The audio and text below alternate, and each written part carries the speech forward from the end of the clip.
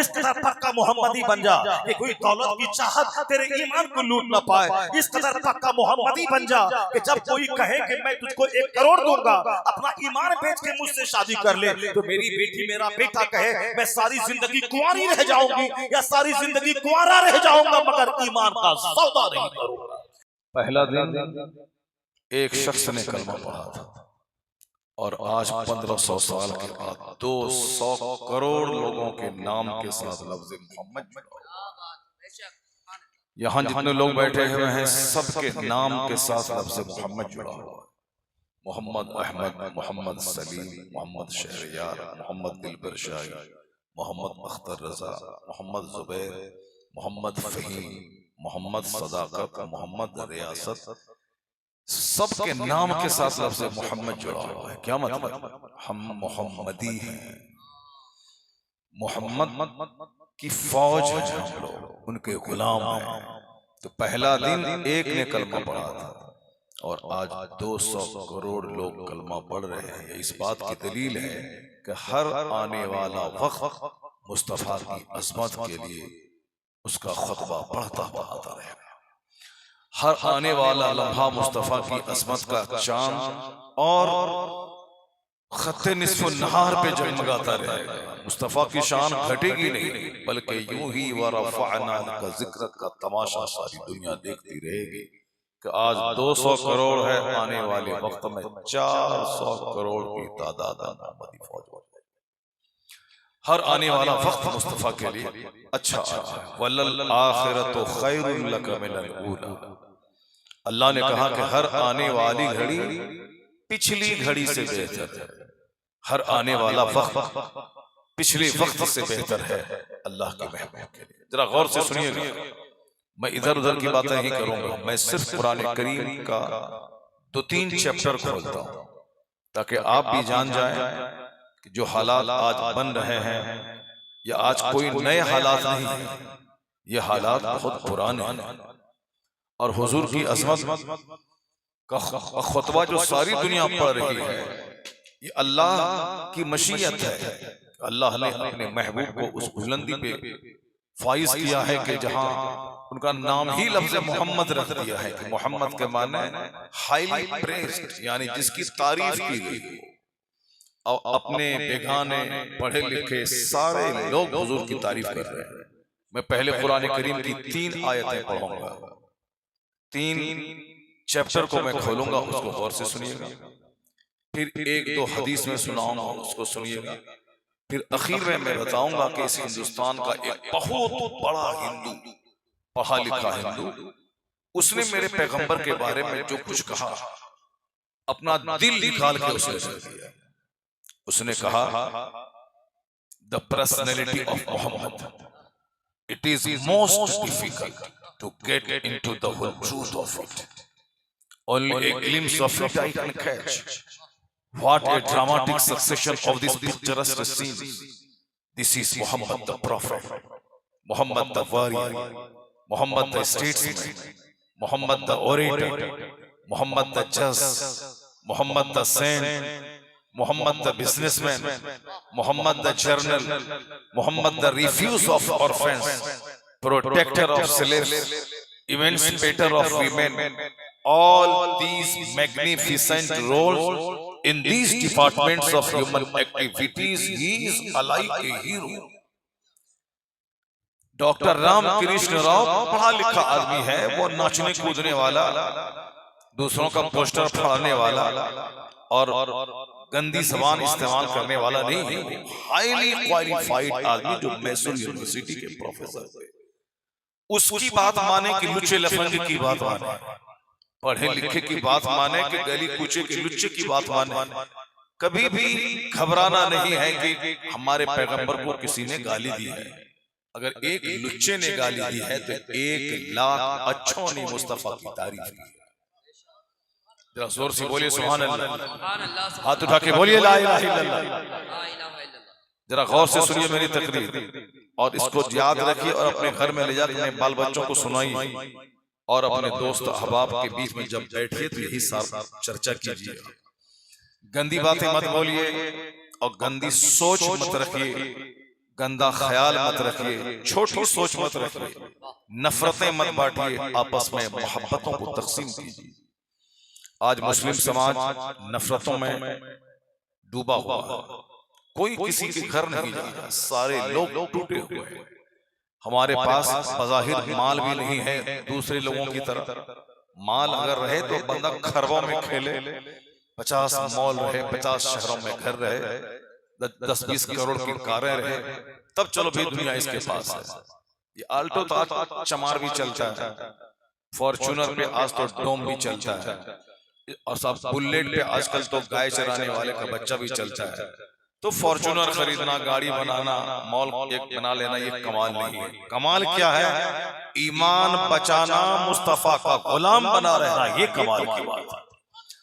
जिसके सीने में ईमान की दौलत है उससे बड़ा धनवान कोई नहीं। अगर आपके इस गढ़हरा में अमेरिका का एलन मस्क आ जाए और कहे कि मैं 500 करोड़ का बंगला तुझको दे दूंगा, तुम हमारे घर में एक सोने का बुत है उसको सजदा कर दो, मुझे यकीन है कि गढ़हरा का मजदूर जो ईंट ढो के 500 रुपए डेली कमाता है, ये बोलेगा मस्क साहब आपके 50 खरब के मकान पे मैं थूक दूंगा मगर मैं अपने ईमान का सौदा नहीं करूंगा। ईमान इतनी बड़ी दौलत है कि जिससे बड़ी कोई दौलत नहीं। अल्लाह ने जो दौलत दुनिया के सबसे बड़े रईस को नहीं दी है, वो दौलत अल्लाह ने आपको दी है। आप मुसलमान हैं, आप किसी पेड़ पत्थर के सामने नहीं झुकते, आप किसी बंदर छुछंदर को अपना खुदा नहीं मानते, आप किसी गाय भैंस को खुदा नहीं मान रहे, आप किसी चौड़े चमान के सामने नहीं झुक रहे, आप किसी सूरज और चांद को खुदा नहीं कह रहे, आप किसी झाड़ पेड़ दरख्त को खुदा नहीं कह रहे। जिसने सारी सृष्टि सारी कायनात की तख्लीक की वही मेरा खुदा, जिसने सूरज बनाया वही मेरा खुदा, जिसने चांद बनाया वही मेरा खुदा, जिसने बगैर खंबे के आसमान बनाया वही मेरा खुदा, जिसने जमीन के 70 हिस्से समंदर के पैदा किए वही मेरा खुदा, जिसने दरख्तों से जमीन को हुस्न दिया वही मेरा खुदा, जिसने पानी के कतरे से इंसान पैदा किया वही मेरा खुदा, जो हमें जमीन से फसलें निकाल कर मेरी खुराक का इंतजाम करता है वही मेरा खुदा, जो इस दुनिया को नदी नाले पेड़ पौधे झरनों से हुस्न बख्शा वही मेरा खुदा है। अल्लाह ला इलाहा इल्ला हुवल हय्युल क़य्यूम, यानी वही मेरा रब है जिसके अलावा कोई नहीं है। चांद खुदा नहीं है, चांद को पैदा करने वाला वो मेरा खुदा है। इसलिए जो चांद को सजदा करे वो जलील है, और जो चांद के खालिक को सजदा करे वो इज्जत वाला है। इसलिए दुनिया वाला जान ले कि कायनात खुदा नहीं है, कायनात का पैदा करने वाला वो खुदा है। इसलिए दुनिया का सबसे बड़ा अक्लमंद कोई है तो मुस्तफा का गुलाम। अगर कोई प्रधानमंत्री किसी दरख्त के सामने खड़ा है तो बेवकूफ है, अगर कोई प्रेसिडेंट किसी पत्थर के सामने खड़ा है तो अहमक है वो, अगर कोई डिस्ट्रिक्ट मजिस्ट्रेट वो किसी जानवर के सामने खड़ा है हाथ जोड़कर कि तू मेरा खुदा है, वो बेवकूफ है। हम अपनी अहमियत का अंदाजा इसी से लगा लें कि मेरा ऊंचे क्वालिटी के आदमी से लेके अदना चपरासी तक किसी नदी नाले झाड़ के सामने नहीं, मस्जिद में 5 वक्त अपनी पेशानी जमीन पे रख के कहता है कोई बड़ा नहीं है, अल्लाह अकबर, अल्लाह ही सबसे बड़ा। ये 5 वक्त आवाज मस्जिदों से आती है। अपनी अहमियत समझिए कि अल्लाह ने आप पर बहुत एहसान किया है, आपकी पेशानी को जलील होने से बचाया, आपकी पेशानी को 2-4 जगहों पे गिरने से बचाया। आपको अल्लाह ने इज्जत दिया है तो उस इज्जत को संभाल कर रखिए। आने वाली नस्लों को बताइए कि मेरे लाल डीएम बनना कमाल नहीं है, मोमिन बनना कमाल की बात है। अपने बाल बच्चों को बताइए कि 1000 एकड़ जमीन खरीद के जमींदार बनना कमाल नहीं है, गुलाम अहमद मुख्तार बनना ये कमाल की बात है। तो जमींदार बनने के लिए बड़ी मेहनत करनी पड़ती है। अहमद मुख्तार का गुलाम बनने के लिए भी बड़ी मेहनत करनी पड़ती है। दिल को बर्बाद होने से बचाना पड़ता है, सोच को तबाह होने से बचाना पड़ता है, अपने आप को गंदों की सोहबत से बचाना पड़ता है, तब ईमान बचता है। वरना बंदा आज सुबह मुसलमान है कल काफिर हो जाता है। हुजूर की हदीस में आया है कि एक जमाना ऐसा आएगा कि बंदा सुबह रहेगा मुसलमान, शाम काफिर हो जाएगा। युस्बिहु मुमिना व युमसी काफिरा, मिशकात शरीफ की हदीस में आया है कि लोग सुबह मोमिन रहेंगे, शाम काफिर हो जाएंगे। काफिर क्यों होंगे? ये माल काफिर बना देगा, औरतों का हुस्न काफिर बना देगा, दुनिया की चाहत काफिर बना देगा, गलत लोगों के हाथ में इक्तदार जाएगा, उसकी झूठी शान और शौकत देखकर बंदा काफिर हो जाएगा। जब बंदा दुनिया को ही सब कुछ समझ बैठेगा तो दुनिया जहां से मिल जाए, चाहे ईमान बेच के हो, खानदान की आबरू लुटा के हो, चाहे नमाज रोजे हज और ज़कात छोड़ के हो, माल चाहिए तो फिर तो वह सुबह मुसलमान रहेगा, शाम काफिर। आने वाले वक्त में यही होगा। तो आज बहुत बड़ा मसला मुसलमानों के साथ गरीबी का नहीं, बहुत बड़ा मसला हमारे बच्चों के स्कूल कॉलेज में पढ़ने लिखने का नहीं है, बहुत बड़ा मसला हमारे लिए कच्चा मकान का नहीं है, बहुत खतरनाक मसला है कि हमारे बच्चों का ईमान खतरे में पड़ रहा है। क्योंकि हम अपने बच्चों को कभी नहीं बताते अपने घर में कि मुस्तफा कौन है, मुस्तफा की मोहब्बत किया।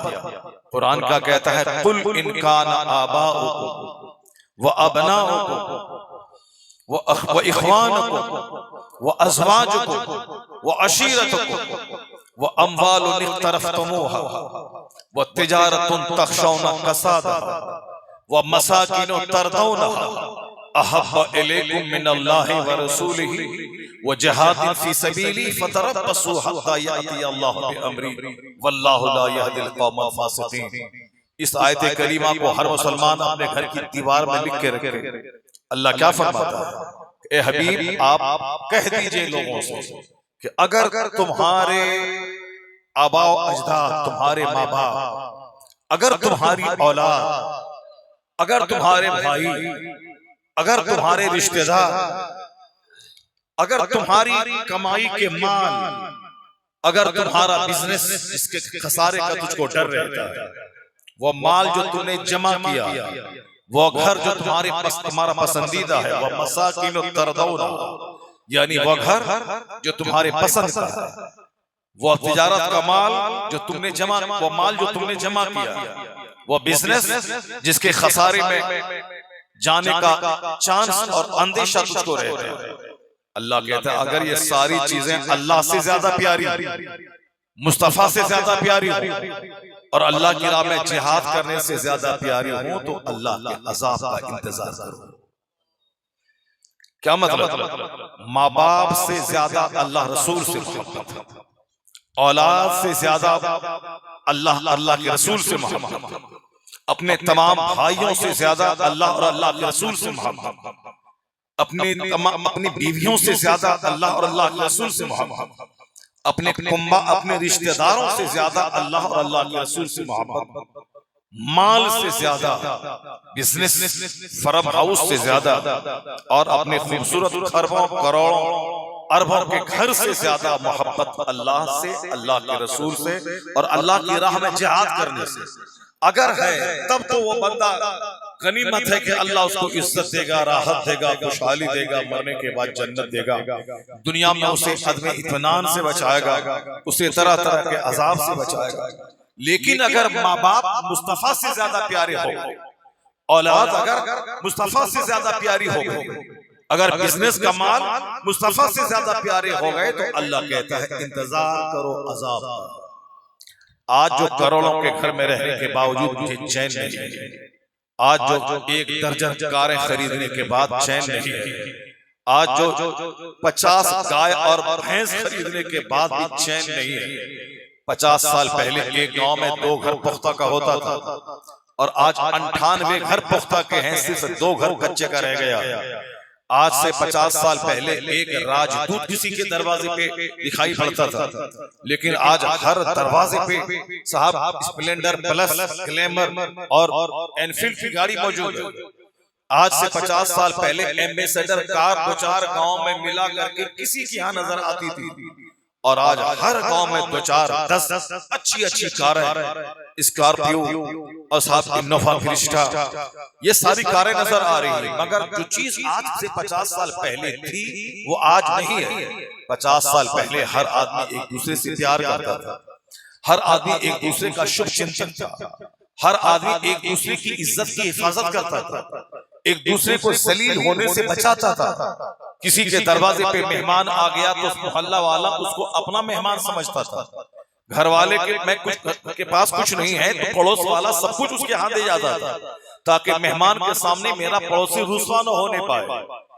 कितनी बुलंद सोच थी। लेकिन आज हर आदमी चाहता है कि दूसरों को मैं जलील कर दूं, दूसरों को रुस्वा कर दूं, दूसरों की बेटी का रिश्ता काट दूं, दूसरों के ग्राहक को रोक दूं। अगर गढ़हरा के किसी आदमी का रिश्ता बाइसी में लगा है तो अपना सत्तू बांध करके वहां जाके इनकी गीबत की पोटली देकर इनके रिश्ते को काट दो। उसके बाद में ताली बजाओ कि मैंने तुम्हारी बेटी का रिश्ता मैंने काट दिया। पहले इंसान समाज में बसते थे और आज रिश्ता तोड़ने वाले जानवर समाज में बस रहे हैं। पहले दूसरों की इज्जत पे पर्दा डालने वाले, दूसरों के ऐब पे पर्दा डालने वाले लोग समाज में रहते थे, और आज बगैर ऐब के भी ऐब लगा करके जलील करने वाले जानवर समाज में रहते हैं। इसलिए दौलत कमा के बावजूद आज सुकून नहीं है, चैन नहीं है, दुश्मनी बढ़ गई, एक दूसरे से दूरियां बढ़ गई। तो आज इस्लाम आवाज देता है कि दौलतों को मजहब मत बना, मकान के पीछे पागल मत हो जाओ, दुनियावी तालीम के पीछे मत पागल हो जाओ। इंजीनियर, डॉक्टर, प्रोफेसर बनने का मतलब तो 4 पैसा कमाना, स्कूल कॉलेज में पढ़ने का मतलब बच्चा पढ़ेगा, लिखेगा, कमाएगा, खाएगा। तो बच्चा स्कूल में पढ़ने लिखने के बाद अगर मास्टर बन गया तो 50,000 महीना कमाएगा। यहाँ तो 50 लाख महीना कमाने वाला आदमी मौजूद है, वो जहर खा के मर रहा है। सुशांत सिंह राजपूत फिल्म एक्टर, करोड़ों कमाने वाला, करोड़ों के घर में बंबई में रहने वाला, वो फांसी के फंदे पे लटक गया। ड्रीम गर्ल, करोड़ों कमाने वाली, उसकी सड़ी हुई लाश उसके घर से बाहर निकल रही है। बिहार की राजधानी पटना का अरबपति, वो अपने 4 डेड बॉडी उसके घर से निकल रही है। बीवी और खूबसूरत बेटे और खूबसूरत बेटी की लाश, अरबों में खेलने वाला, 10 दुकान जिसकी गोल्ड की दुकान पटना में थी, लेकिन उसकी लाश उसके घर से निकली, अमेरिका यूरोप से घूम करके वापस आया था। इसका मतलब ये निकला कि सुकून चैन नहीं है मास्टर बनने में, सुकून चैन नहीं है डीएम बनने में, जिसके पीछे सारा संसार पागल है। मेरा बच्चा डॉक्टर बनेगा, इंजीनियर बनेगा, डॉक्टर बनेगा, इंजीनियर बनेगा। जानवर डॉक्टर बनने से बेहतर है कि चरवाहा बना रहे, जानवर इंजीनियर बनने से बेहतर है कि वो चपरासी बना रहे, और जानवर डॉक्टर बनने से बेहतर है कि वो साहब हल जोतने वाला चरवाहा रहे मगर ईमान बचा के रहे। तो डॉक्टर इंजीनियर बनना कमाल नहीं है, साहिब किरदार बनना कमाल है, साहिब ईमान बनना कमाल है। जब हमारे पास ईमान मौजूद रहेगा, किरदार रहेगा, तो फूस के घर में भी महल जैसा चैन अल्लाह अता फरमाएगा। अल्लाह ताला महलों में सुकून नहीं देता, अल्लाह ताला गाड़ी में सुकून नहीं दिया है, वरना गाड़ी पे चलने वाला कभी जहर खा के नहीं मरता, महलों में रहने वाला कभी फांसी के फंदे पे नहीं लटकता। इसको गिरह बांध कर रख ले, जिस माल के लिए आप पागल हो रहे हैं वो माल से सुकून नहीं मिलता। वरना अमेरिका का एक पढ़ा लिखा इंजीनियर 10 लाख कमाने वाला, वो कभी बाल बच्चों समेत जान नहीं देता कुआं में कूद कर। आए दिन इस तरह की खबरें आ रही हैं, जिस तालीम का रिश्ता सिर्फ पैसे से लोग जोड़ देंगे, किरदार से, कैरेक्टर से, मोरालिटी से, बिहेवियर से, स्वभाव से अगर बंदा नहीं जोड़ेगा उसको, तो दुनिया में इसी तरह आग लगेगी। नौकरी मिलेगी तो वाह वाह, नहीं मिलेगी तो मुल्क में लोग आग लगा देंगे। क्योंकि पढ़ा लिखा भेड़िया है जो सिर्फ पैसे के लिए पढ़ा है। पढ़ने का मतलब इंसान बनना, पढ़ने का मतलब अपने से दूसरों को फायदा पहुंचाना, पढ़ने का मतलब अपने से दूसरों को कष्ट नहीं पहुंचाना, पढ़ने का मतलब समाज का नाम रोशन करना, समाज का कल्याण करना।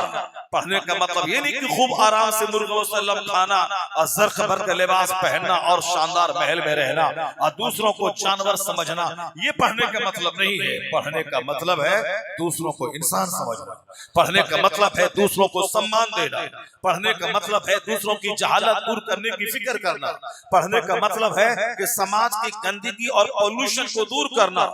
ये सोच जिसके पास है वही पढ़ा लिखा है, वही तालीम याफ्ता है। तो सुकून गरीब की झोपड़ी में अगर हो तो बादशाहों के महल से बेहतर है। सुकून अगर पैबंद वाले कपड़े में हो वो रेशम के लिबास से बेहतर है। सुकून अगर देहात में हो तो शहर और पौष किस्म के शहर से वो देहात बेहतर है। अगर सुकून हिंदुस्तान के किसी जिला में हो तो अमेरिका के वाशिंगटन डीसी से वो जिला बेहतर है। तो सुकून न शहरों में रहता है, न महलों में रहता है, न साहब ऊंची कोठी में रहता है। सुकून कहाँ है? दिल में है। और दिल को सुकून कहाँ मिलता है? कुरान कहता है अला बिज़िक्रिल्लाह तत्मइन्नुल कुलूब, जान ले के दिलों को आराम ना महल से ना गाड़ी से दिलों को आराम तो अल्लाह के जिक्र से मिलता है। सुभान अल्लाह, सुभान जोर से बोले सुभान अल्लाह, सुभान अल्लाह, हाथ उठा के बोलिए ला इलाहा इल्लल्लाह। ला इलाहा जहाँ तिलावत है वहाँ सुकून है, जहाँ दुरूद है वहाँ सुकून है, जहाँ दूसरों के बारे में अच्छा ख्याल है वहाँ सुकून है, जहाँ निगेटिव सोच है वहाँ खरबों में खेलने के बाद भी उसका चेहरा काला रहता है, उसका दिल काला, उसकी सोच काली, उसका जिगर काला, उसका सारा कैरेक्टर काला। इस जहाँ अच्छी सोच है, बुलंद सोच है, अगर वो फूस के किराए के घर में रहता हो, अगर सोच आला है तो उससे मुलाकात के लिए आसमान से फरिश्ता नाज़िल होता है। तो किरदार के महत्व पे जोर देना होगा।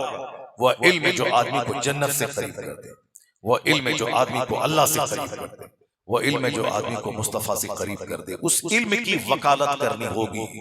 वरना जिस इल्म से सिर्फ पैसा कमाया जाए, डॉक्टरों इंजीनियर की सूरत में जानवर से समाज भर जाए, दूसरों गरीबों की जमीन बेचवा के अपना आशियाना बनाने का ख्वाब देखने वाला लुटेरों से समाज भर जाए, गरीबों की जेब काटने वाले चोरों से समाज भर जाएगा, दूसरों की जायदाद प्रॉपर्टी स्कूल बेचकर अपने बच्चों को अमेरिका में पढ़ाने वाले गद्दारों की तादाद बढ़ जाएगी। इंसान वही है जो दूसरों के दर्द में काम करे, इंसान वही है जो दूसरों का दर्द महसूस करे, इंसान वही है जिसमें फ्रैटर्निटी हो, इंसान वही है जिसमें ब्रदरहुड हो, इंसान वही है जिसमें सिंपैथी हो, इंसान वही है जिसमें ऑनेस्टी हो, इंसान वही है जिसमें दूसरों के दर्द के एहसास करने की क्षमता हो, वो इंसान है। आज इंसान ह्यूमन क्वालिटीज को जगाने की जरूरत है। खाना पीना तो जानवर भी खाता है और मर जाता है, हमसे ज्यादा बच्चा तो कुत्ता पैदा करता है। हम लोग तो 50 साल में 5 बच्चे पैदा करते हैं, कुत्ता तो 1 साल में 10 बच्चा पैदा करता है। तो बच्चा पैदा करना कमाल नहीं है, कमाल है आदमी बनना कमाल है, इंसान बनना कमाल है। और यह स्टेज इसी पे जोर देता है, मदरसा की चटाई उसी पे जोर देती है, मस्जिदों का मेंबर उसी मानवता के पर जोर देता है। जो मदरसे को कहते हैं आतंकवादी का अड्डा है, वह बेईमान और चोर है वो, क्योंकि मदरसे में पहले दिन से लेकर आखिरी दिन तक सिर्फ ईमानदारी का पाठ सिखाया जाता है, जिसमें कहा जाता है ज़िना हराम, शराब हराम, चोरी हराम, माँ बाप की तौहीन हराम, गीबत हराम है। स्कूल कॉलेज में तो साहब दूसरी बातें टेक्नोलॉजी की बातें पढ़ाई जाती हैं कि जिससे कि कोई सामान बनाए और बेच करके 2 पैसा कमाए। मदरसे में तो ये बताया जाता है कि ज़िना हराम, शराब हराम, सूद हराम, दूसरों को ठगना हराम, दूसरों को धोखा देना हराम, झूठ बोलना हराम, सूद खाना हराम। यानी जिस चीज से शख्सियत को खतरा है, समाज को खतरा है, उन सारी चीजों को इस्लाम ने प्रोहिबिटेड किया है, मना किया। और सब अच्छी बातें जिसको भी दुनिया समझती है वो सारी गुड क्वालिटीज पे इस्लाम जोर देता है। ये सारी बातें मदरसे की चटाई पे सिखाई जाती है, उपदेश नेताओं की महफिल में नहीं, इसी तरह की दीनी महफिलों में दी जाती है। तो आप 1 करोड़ हलाल का नहीं, 1 करोड़ हराम से बेहतर है हलाल का 1 रुपया, हलाल का 1 रुपया हराम के 1 करोड़ से बेहतर है। हलाल के फूस से, हराम के महल से हलाल का फूस का घर बेहतर है। हराम के रेशम के कपड़े से हलाल का फटा हुआ सूती का कपड़ा बेहतर है। यह सोच बच्चों को देना होगा ताकि बच्चे पढ़ने के बाद वो डकैत नहीं बने, पढ़ने के बाद एक शरीफ मुहज़्ज़ब इंसान बन जाए। अल्लाह ताला हम सबों को अपने मजहब की अहमियत समझने की तौफीक अता फरमाए। हम लोग मुसलमान हैं, सारी हमारी इज्जतें मोहम्मद अरबी अलैहिस्सलाम से वाबस्ता है। हुजूर इस्लाम से जितनी ज्यादा मोहब्बत होती जाएगी उतनी मोहब्बत अल्लाह से होगी, क्योंकि हुजूर ने कहा कि अल्लाह है, हुजूर ने कहा कि इस्लाम हक है, हुजूर ने कहा कि कुरान अल्लाह का कलाम है, हुजूर ने कहा कि क़यामत कायम होने वाली है, हुजूर ने कहा कि मैदान महशर में हिसाब किताब होगा, हर स्याह सफेद का हिसाब देना होगा। अगर कोई ईमान लाया अच्छा काम किया उसके जन्नत तैयार है, अगर कोई ईमान नहीं लाया बुरा काम किया उसके लिए जहन्नम की आग तैयार है। ये दुनिया चंद दिनों का ठिकाना है, ये आसमान बगैर खंबे के बनाने वाला आसमान तुम्हें इसलिए पैदा किया है ताकि वो देखे कि तुम में से किसका काम अच्छा है। ये सारी बातें हुजूर ने खोल खोल के बता दी, अपनी तकरीर में बता दी। सहाबा की झुरमुट में आपने बता दी, हुजरे आयशा में सरकार ने बताया। हुजूर यही बताने दुनिया में तशरीफ लाए थे ताकि लोगों को इंसान बनाना, लोगों को खुदा से करीब कर दे और बता दे कि तेरे पैदा होने का मकसद क्या है, अल्लाह ने ये खूबसूरत दुनिया क्यों पैदा की है। यही बताने सारे पैगंबर दुनिया में आए और आखिर में सारे पैगंबरों के सरदार इमामुल अंबिया वल मुरसलीन खातिमे पैगंबरां जनाब मुहम्मदुर रसूलुल्लाह सल्लल्लाहु अलैहि वसल्लम आखिरी नबी बनकर दुनिया में तशरीफ ले आए। उनके आए हुए 1500 साल गुजर गए। 1500 साल में उनका नाम रुका नहीं, उनकी अजमत का सूरज कहन में नहीं आया।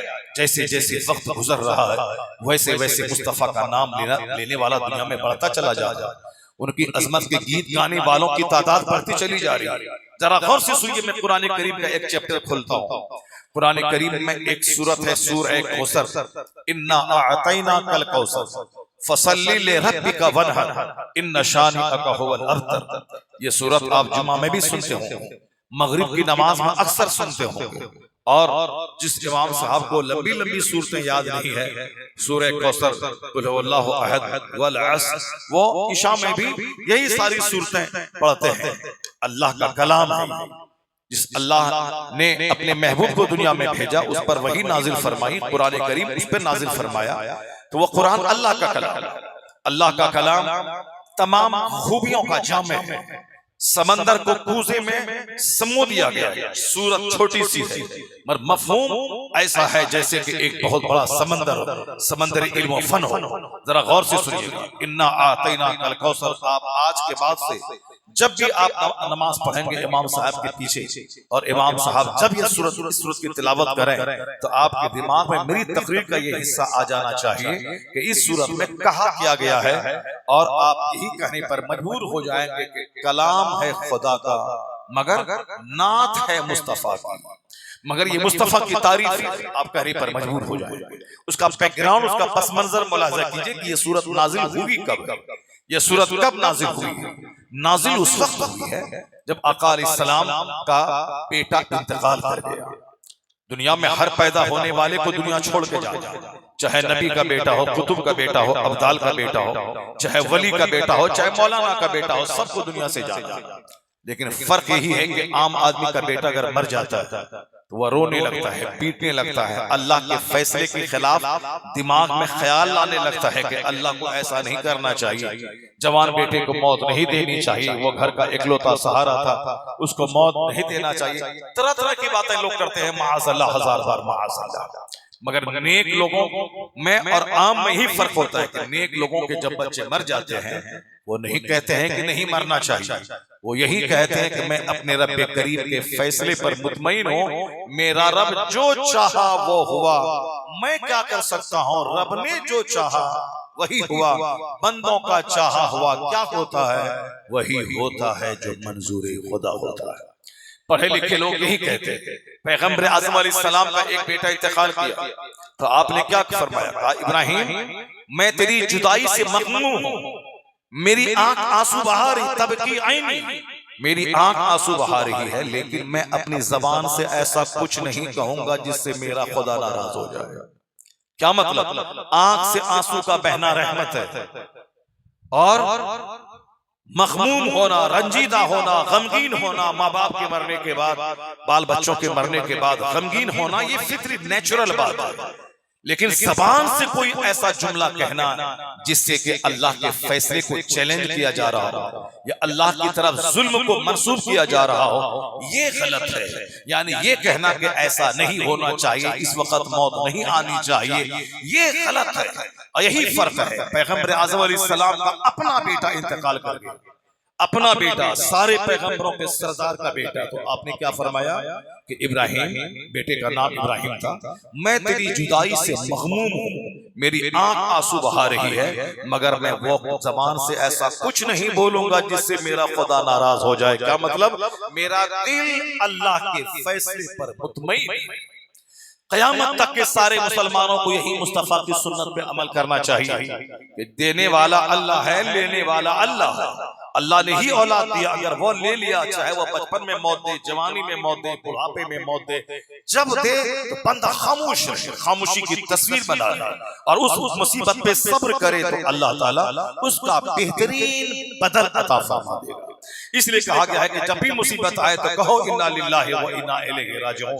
कहो, इसके पढ़ने से अल्लाह ताला उस मुसीबत को नेमत में तब्दील फरमा देता है। जब बंदे का बच्चा मरता है और बंदा सब्र करता है तो यह बच्चा कयामत के दिन उसके जन्नत ले जाने का जरिया बन जाता है। अगर माँ बाप रोते हैं, पीटते हैं, रोने पीटने के बाद तो काफिरों को भी सब्र हो जाता है, रोने पीटने के बाद तो जानवर को भी सब्र हो जाता है। एक बच्चा अगर मर गया तो गाय खूब उछलती कूदती है, रोती है, लेकिन वो भी 2-4 दिन के बाद ठंडी हो जाती है। तो अगर है पहली मुसीबत का जब पहला झटका आए उस वक्त सब्र करना, ये कमाल की बात है। इन्नमा सब्र इंद सदमतिल ऊला, यानी द फर्स्ट कैलेमिटी स्ट्राइक, जब मुसीबत पहली बार बंदे को आए उस वक्त बंदा खामोश रहे, उस वक्त बंदा ऑलफॉल न बने, उस वक्त बंदा अंदर से सेटिस्फाइड रहे, मुतमईन रहे। ये है सब्र। वरना रोने धोने 2-4 दिन के बाद तो सबको सब्र हो जाता है, आम आदमी को भी, काफिरों को भी हो जाता है। पर मोमिन कमाल दर्जे का ईमान यह है, जब मुसीबत का पहला झटका आए उस वक्त मुसलमान खामोश रहे, जबान से ऐसा कुछ न बोले। आका अलैहिस्सलाम का बेटा इंतकाल कर गया, काफिरों को खबर पहुंची, उन लोगों ने हुजूर की इस मुसीबत में उसको साथ देना चाहिए, ताज़ियत करना चाहिए, आके दिलासा देना चाहिए, ये हर पड़ोसी का तकाजा होता है। लेकिन कुछ लोग इस कदर सख्त दिल होते हैं जो दूसरों की मुसीबत का मजाक उड़ाते हैं, सख्त दिल लोग होते हैं जो वो हालात की नजाकत को नहीं समझते। जबकि पैगंबर आजम की शख्सियत इस कदर दूसरों की खैर ख्वाही से सजी हुई थी कि 40 साल की उम्र में आपने नबूवत का ऐलान किया, लेकिन 40 साल से पहले जो आपने क्या किया था, यही किया था सैयदा खदीजा की ज़बानी, इन्नका ला तसिलुर रहम व तक्सिबुल मादूम। आपने क्या कहा था जब आप गारे हिरा से वापस आए थे, तो आप कहने लगे ज़म्मिलूनी, मुझे चादर ओढ़ाओ। जब आप पर चादर ओढ़ाई गई, आपका जब खौफ थोड़ा दूर हुआ, उसके बाद आपने सारी खबरें सैयदा खदीजा से बताई कि क्या क्या उस गारे हिरा में हुआ।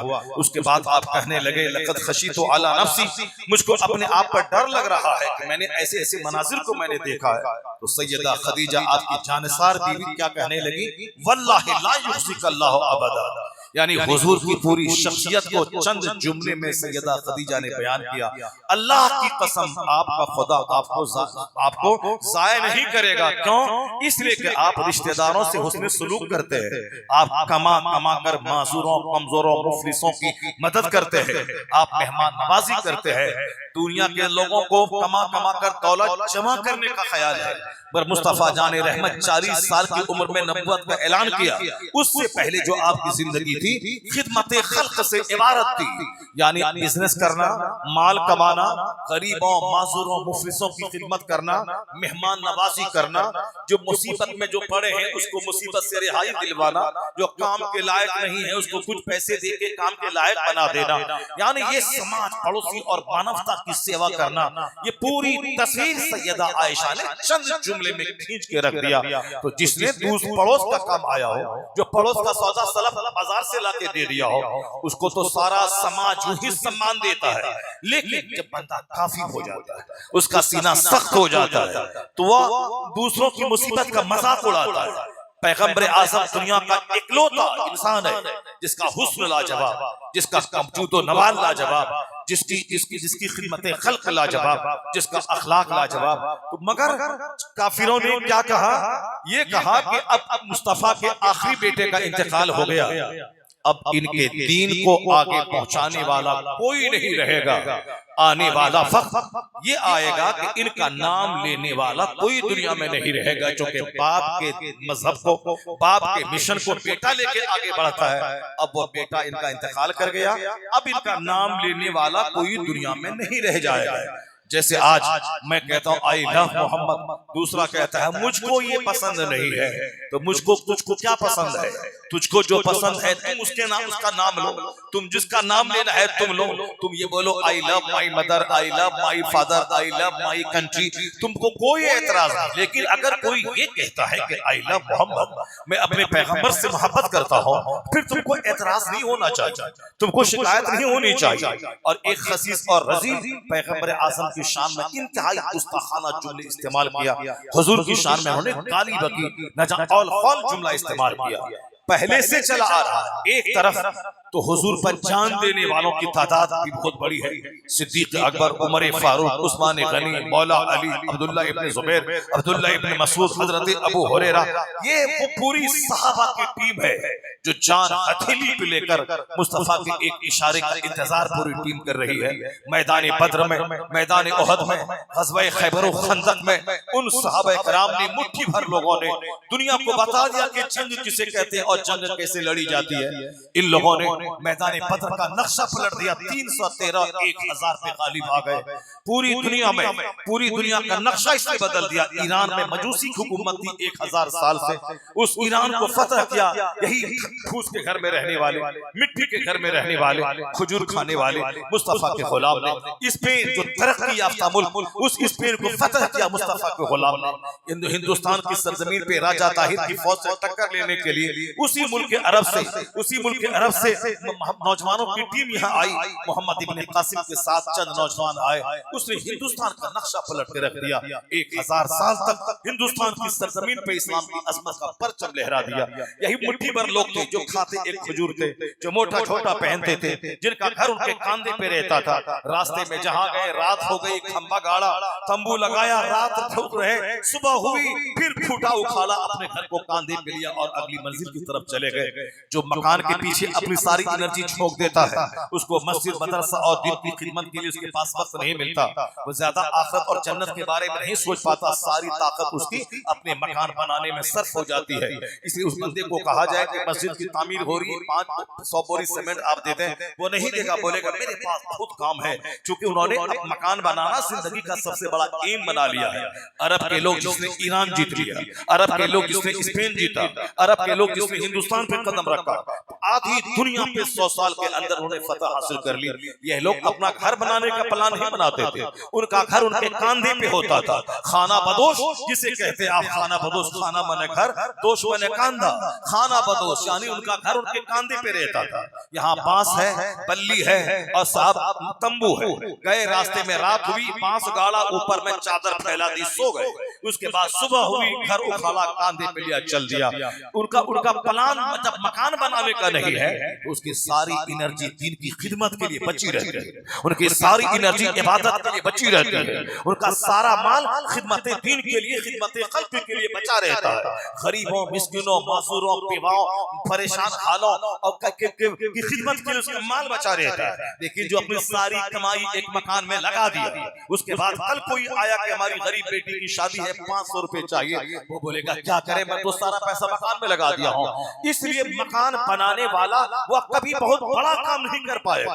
जो सिर्फ इतना मकान बनाए कि मैं बारिश से बच सकूं, मैं सर्दी से बच सकूं, मैं सख्त गर्मी से बच सकूं, बस इतना ही जरूरतन घर बनाए। ना कि घर बनाना जिंदगी का सबसे बड़ा मकसद बना ले कि साहब ईंट की दीवार देना है, फिर छत देना है, उसमें साहब पहले प्लास्टिंग कर दिया हो गया, लेकिन अब इंटीरियर डेकोरेशन का कारोबार चला हुआ है। छत के नीचे फॉल्स छत चाहिए, दीवार के ऊपर से साहब टाइल्स, मार्बल, ग्रेनाइट चाहिए। जमीन पहले बन गई, उसके बाद उसमें प्लास्टिंग हो गया, रहने के काबिल जमीन हो गई, लेकिन अब जमीन के नीचे महंगे मार्बल और टाइल्स से चाहिए। इस तरीके से साहब इंटीरियर कारोबार किचन में होना चाहिए, वॉशरूम में जबरदस्त प्लम्बिंग का काम होना चाहिए। इधर कमाना है, उधर पखाना रूम में लगाना है, इधर कमाना है, उधर किचन में लगाना है, इधर कमाना है, कमाते कमाते मकान बनाते बनाते उम्र हो गई, उम्र के 70 साल हो गए। अब अचानक चक्कर आया, बंदा मर गया और कब्रिस्तान मिट्टी में सड़ने के लिए पहुंच गया। ये मकान 50 साल से बना रहा था, 50 साल के बाद फिनिशिंग हुआ मकान। जब मकान फिनिश हुआ तो 5 दिन भी जी भर के नहीं रह पाया, 5 साल भी सुकून से घर में नहीं रह पाया। जब कब्रिस्तान ही जाना तय, महल वालों का भी गरीबों का भी वही जाना है, अरबपति भी और फकीर भी सबका वही कब्रिस्तान जाना है, वही 2 गज जमीन के नीचे जाना है। जब दोनों का अंजाम एक है तो चंद दिनों के लिए ये छोटे से घर में रहने के लिए अपनी सारी एनर्जी झोंक देना, अपनी सारी कमाई उस मकान में लगा देना जिस मकान में न रहना हो। उससे बढ़कर अहमद कौन हो सकता है? हुजूर ने सच कहा था, आखिर जमाने में लोग पागल हो जाएंगे, उनकी अक्लें छीन ली जाएंगी। आज दुनिया में सबसे बड़ा कारोबार मकान बनाना, मकान चमकाना है। अमेरिका से लेके हिंदुस्तान के पूर्णिया के देहात तक सब आदमी के दिमाग में ही जुनून बसा हुआ है, मुझको शानदार घर बनाना है और घर बना के बाल बच्चों के छोड़ के मर के उसी मिट्टी में चला जाना। जब उसी मिट्टी में जाना है तो मिट्टी के बारे में सोचना है, जहाँ खरबों साल रहना है, जहाँ अरबों साल रहना है, जहाँ जिंदगी का खात्मा नहीं है। इस दुनिया में 70 साल अगर मैं जिंदा रह भी गया तो 15 साल बचपन के गुजर गए, 25 साल जवानी के गुजर गए, बाकी 10, 15, 20 साल बुढ़ापे में एक दर्जन बीमारी से जूझते हुए, रोते हुए और चेहरा मुरझाते हुए, तड़पते हुए जिंदगी के दिन गुजारा। उसके बाद अचानक मौत आई और चल दिया। ये दुनिया के 70 साल का हश्र है, जिसमें 15 साल बचपन का, 25 साल जवानी का और 10 से 20 साल बुढ़ापे में तड़प तड़प के जीने का। 70 साल इस हाल की नस्र हो गए। लेकिन मरने के बाद जिस दुनिया में मैं प्रवेश करता हूँ, उस दुनिया का एक दिन 50,000 साल के बराबर है। दुनियावी काउंटिंग के हिसाब से 50,000 साल का एक दिन होगा और जहाँ सदा रहना होगा। दुनिया में तकलीफ बढ़ी, मौत आ गई, 80-90 साल का बुढ़ा हुए मौत आ गई, मेरी कहानी खत्म हो गई। पर मरने के बाद जिस दुनिया में जाता हूँ, वहाँ मौत को ही ज़बह कर दी जाएगी कि आज के बाद से अब मरना नहीं है। जो जन्नत में है जन्नत में आराम करता रहे, जो जहन्नम में काफिर है वो जहन्नम में जलता रहे, सदा चलता रहे। खरबों साल, अरबों साल, महासंख्यों साल, बेगिनती साल, जहाँ कोई हद ही नहीं है, सदा चलता रहे, जन्नत में आराम करे। खरबों साल, अरबों साल, महासंख्यों साल, यानी जहाँ महासंख्य की गिनती भी थोड़ी है, जहाँ फॉर इटर्नल सदा रहना है। अपने बाल बच्चों के दिमाग में बात बिठाना होगा।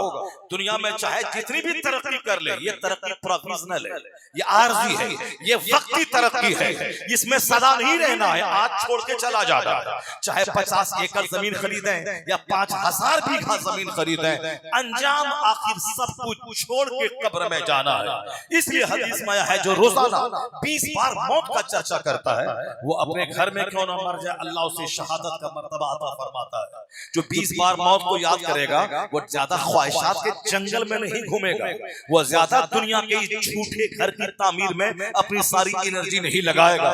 क्योंकि अक्लमंद जो होता है वो 10 साल तकलीफ उठाकर 1000 के आराम को हासिल करना चाहता है। वो बेवकूफ है जो 10 साल आराम करके वो 10,000 साल की तकलीफ को वो हासिल करना चाहे। हम अपने तालिब इल्मों को क्या कहते हैं, बेटा ये पढ़ने का 10 साल है, खूब रगड़ के पढ़ ले, मोटा छोटा पहन, रूखा सूखा खा, रात की नींद कुर्बान कर। ये 10 साल तू मेहनतों में गुजार दे, जफाकशी में गुजार दे, तकलीफ में गुजार दे, अपनी माँ अपने बाप के प्यार को छोड़ दे, अपने घर को छोड़ दे।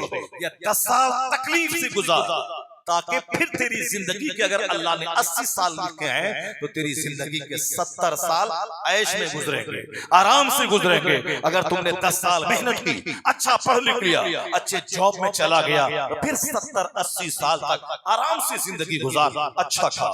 और अगर तुमने पढ़ाई की है 10 साल खेल में गुजार दी, मदरसे से भाग गए, स्कूल कॉलेज से भाग गए, तुम अपने दोस्ती यारी में चले गए, रिश्तेदारी भुनाने में चले गए, अपने दोस्त की शादी में जाके 10 साल गुजारने, 10 दिन वहां जाके बर्बाद कर दिया, तो याद रख ये 10 साल तू ऐश में गुजार लेगा। यानी दोस्त के यहाँ, यार के यहाँ, खाला के यहाँ, फूफी के यहाँ, शादी ब्याह में घूमते हुए सिनेमा हॉल में 3 घंटा, बाप बेचारा पैसा देता रहा, मेरा बेटा पढ़ रहा है, तुम किताब ना खरीद करके सिनेमा हॉल का टिकट खरीदते रहे, तुम मोबाइल मोबाइल खरीद करके मोबाइल चलाते रहे। ये 10 साल तुमने मेहनत नहीं की, न तुमने अच्छे ढंग से पढ़ा लिखा, बल्कि ऐश किया, मौज किया, खूब घूमा फिरा, सिनेमा देखा। याद रख 70 साल रोना पड़ेगा, क्योंकि जब तुमने नहीं पढ़ा लिखा तो फिर तुम्हें जॉब नहीं मिलेगी, अच्छी नौकरी नहीं मिलेगी, फिर क्या होगा? सारी जिंदगी दूसरों का मोहताज रहना पड़ेगा। आज तो बाप है पैसा दे रहा है, कल जब तेरे बाप का साया सर से उड़ जाएगा, तू जवान हो जाएगा और तेरी शादी होगी, बीवी और बच्चे जब मांगेंगे तुझसे पैसा खर्च के लिए नहीं दे पाएगा, तो चोर बनेगा, दूसरों का माल चोरी करेगा या कर्ज में डूब जाएगा। अगर कर्ज अदा करने की सूरत न होगी तो फिर जहर खा के मर जाएगा। इसलिए बच्चों से कहते हैं कि 10 साल एडी रगड़ के पढ़ ले, खूब अपने आप को मिटा दे, रगड़ दे, उसके बाद 70-80 साल ऐश करता रहा, अच्छी कार पे चलेगा, बड़े बड़े शहरों में अपना घर बनाएगा, आराम से जिएगा। बस यही मिसाल यहाँ है। ये दुनिया का 70 साल एक दिन के बराबर है, और मरने के बाद का एक दिन 50,000 साल के बराबर होगा। तो दुनिया का 70, 80, 90 साल या एक सेकंड है आखिरत के मुकाबले में। इसलिए आलिम कहते हैं, और हमारे पैगंबर ने यही कहा था कि इस दुनिया के एक साल को मेहनतों में गुजारना। दुनिया मज़रातुल आखिरा, ये दुनिया आखिरत की खेती है। यहाँ आज फसल लगा ले, बारिश के मौसम में जो धान नहीं रोपेगा वो अगहन के मौसम में धान नहीं काटेगा। उनके घर में 50 बोरी बासमती चावल नहीं जाएगा। वो हाथ पे हाथ धर के जो बरसात के मौसम में बैठा रहा, खेती नहीं की, वह दूसरों के सामने चावल के लिए हाथ फैलाएगा। वो अपने अपने दरवाजे पर और पुआल का ढेर नहीं देखेगा। वो एक हजार बोरी चावल नहीं देख पाएगा जिसने बरसात में भीग कर रोपा किया हो, मेहनतें की हो, मजदूर को लाया हो, वक्त पे पानी और खाद दिया हो। वही अगहन के मौसम में धान काटेगा, वो जबरदस्त अपने घर में अनाज का ढेर देखेगा और मौज करेगा। अगहन के मौसम में उसके दरवाजे पे, अंदर में, घर में, बाहर में, आंगन में, हर तरफ बासमती चावल का बोरा ही बोरा नजर आएगा, जिसने चंद दिन मेहनत करके फसल लगा दी हो। यह दुनिया का 100 साल आखिरत के खरबों साल की खेती का साल है। यहाँ का 100 साल एक दिन है वहाँ के मुकाबले में। इसलिए कुरान पाक की आयतें और अहादीस की रिवायतें यही कहती हैं, यह दुनिया ऐश की जगह नहीं है, यह दुनिया सिर्फ खाने पीने सोकर मरने की जगह नहीं है। दुनिया मज़रातुल आखिरा, यह दुनिया आखिरत की खेती है। यहाँ नमाज पढ़ ले, यहाँ रोजा रख ले, यहाँ हज कर ले, यहाँ ज़कात दे दे, यहाँ तो रात में 5-6 घंटे सो, उसके बाद अपनी रोजी रोटी के लिए 5 घंटे निकाल, बाकी सारा लम्हा खुदा की इबादत के लिए निकाल दे। बीवी की खिदमत भी इबादत समझ के कर, अपने बाल बच्चों की तरबियत भी खुदा की खुशनुदी की खातिर कर, अपने समाज के लोगों की सेवा भी जन्नत जाने के लिए कर। हुजूर ने फरमाया, अपने आप को जहन्नम की आग से बचा ले, चाहे एक छोटी सी खजूर ही खैरात करके क्यों ना हो। मुस्कुरा के मिलना अपने मोमिन भाई से तेरे लिए सदका है। ये भी नेकी क़यामत के दिन काम आएगी, जहाँ भाई भाई से भागेगा, औलाद माँ बाप से भागेगी, और माँ बाप अपने इकलौते बेटे से भागेंगे। कोई किसी का पुरसाने हाल नहीं होगा। तो वहाँ का खरबों साल का आराम इसी एक दिन पर मुनहसिर है, वहाँ की जन्नत इसी एक दिन पर मुनहसिर है। तो दुनिया में ईमान बचा, दुनिया में अमल बचा, खूब रगड़ ले, तहज्जुद पढ़, इशराक पढ़, चाश्त पढ़, अवाबीन पढ़, दुनिया के झूठे दोस्तों से करारा कशी इख्तियार कर। जब भी मौका मिले तस्बीह लेके बैठ जा, कुरान लेके बैठ जा, दुरूद लेके बैठ जा। जहाँ दुकान पे ग्राहक नहीं है तो अंदर जाके कुरान शरीफ लेके बैठ जा। रात के सन्नाटे में ईशा पढ़ने के बाद 1000 दुरूद पढ़ ले, ताकि कल अगर चक्कर आया, मर गया, तो कम से कम इतनी नेकी तेरे पास रहेगी कि तू दुनिया का 100 साल 1 सेकंड तुमने मेहनत की, अब खरबों साल की जन्नत अल्लाह तुम्हारी तकदीर में अता फरमा देगा।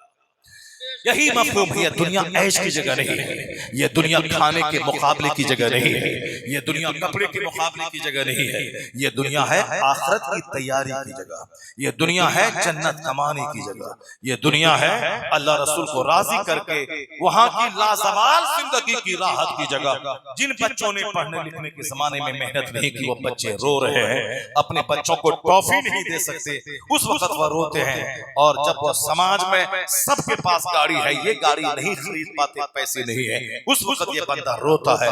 अब याद करता है कि काश मैं भी मेहनत से पढ़ा होता, मैं भी सीरियस होता, आज मैं भी ब्लॉक डेवलपमेंट ऑफिसर होता, आज मैं भी प्रोबेशनरी ऑफिसर होता, आज मैं भी डिस्ट्रिक्ट मजिस्ट्रेट होता, आज हम भी पैसों में खेलते। उस वक्त रोने से क्या होगा? कुछ रो रो के मर जाओ, पानी की जगह खून बहने लगे। रोने से मसले का हल नहीं निकलेगा। मसले का हल यही निकलेगा कि आने वाली नस्लों को इल्म दे दे, हुनर दे दे और अपनी जन्नत को निगाहों के सामने रखते हुए इस दुनिया का सही इस्तेमाल कर। दुनिया की हर तकलीफ का खात्मा है, दुनिया के हर तकलीफ के बाद आराम है, दुनिया में हर आराम के बाद तकलीफ है। इन्ना मअल उस्र युस्रा, यहाँ हर सख्ती के बाद आसानी है, लेकिन क़यामत की सख्ती के बाद अगर वहां बंदा फंस गया कोई आसानी नहीं कर। अगर वहां अमल नहीं है, ईमान नहीं है, तो सिर्फ आग ही आग है। अगर दुनिया में ईमान बचा लिया, अमल अपना अच्छा बचा लिया, फिर तो मरने के बाद बाग ही बाग है। 70 हूरें जो थूके तो सातों समंदर का पानी नमकीन मीठा हो जाए, वह हूरें जो जुल्फ लहराए तो दुनिया के सारे लोग जुल्फ की खूबसूरती को देखकर बेहोश हो जाए। ये सारी बातें बताएं अपने बाल बच्चों को, ताकि किसी छोकरी की मोहब्बत में मेरा बेटा काफिर ना हो जाए। जन्नत की बातें बताएं अपनी बेटी को, ताकि किसी लड़के की मोहब्बत में वह मुर्तद और बेदी और काफिरा ना हो जाए। दुनिया की जवानी की मुद्दत है 10, 20, 25 साल, जो 1 सेकंड के बराबर है। बेशुमार लोग जवानी में काफिर हो गए और अब 2-4, 10 साल के बाद ही चेहरा ढीला हो गया, बदन का चमड़ा ढीला, लाठी लेके कमर झुक गई, मरे और अंजाम को पहुंच गए। सारा ऐश खत्म हो गया, जवानी का सारा लुत्फ खत्म हो गया। तो बाल बच्चों को बताइए कि अपने ईमान को बचा, जज्बात में बह करके ईमान को हाथ से मत धो बैठ। ना किसी लड़की की मोहब्बत तेरे ईमान को लूट पाए, ना कोई बिजनेस तेरे ईमान को लूट पाए, ना कोई मुसीबत तेरे ईमान को लूट पाए। मुसीबत के बाद जब मरना ही है तो आज मुसलमान है, अगर कोई मेरी गर्दन काटना चाहता है, मरना तो है। अगर मैं बच भी गया, उसको जिया करके उसका मजहब मान लिया, उसकी हाँ में हाँ कर लिया, तो ऐसा नहीं कि मैं नहीं मरूंगा। मरना तो है ही, चाहे आज मरो चाहे 50 साल के बाद मरो, मगर शोरों की तरह जीने से बेहतर है कि शेर की तरह जियो। गीदड़ों की 100 साल की जिंदगी से बेहतर है कि बंदा 1 साल बहादुर की जिंदगी गुजारे। टीपू सुल्तान ने कहा था कि उसको जब कहा था कि तू यहाँ रह, हम इस पर सल्तनत अंग्रेज करेगा और तुझको अच्छा खाने पीने का मौका देगा, तू लड़ाई मत कर। टीपू ने कहा था कि गीदड़ों की 100 साल की जिंदगी से शेर की 1 दिन की जिंदगी बेहतर है। तो टीपू ने हाथ में तलवार ली, अंग्रेजों से जिहाद किया, अपनी जान जाने आफरी के हवाले कर दी। आज 1799 के बाद ये साल 2025 है, आप जान लें कि 200 साल से ज्यादा का अरसा गुजर गया, तो आज अंग्रेज का नाम नहीं है, आज नाम जिंदा है टीपू का। टीपू की कब्र पे शेर की खाल की तरह चादर चढ़ी हुई है।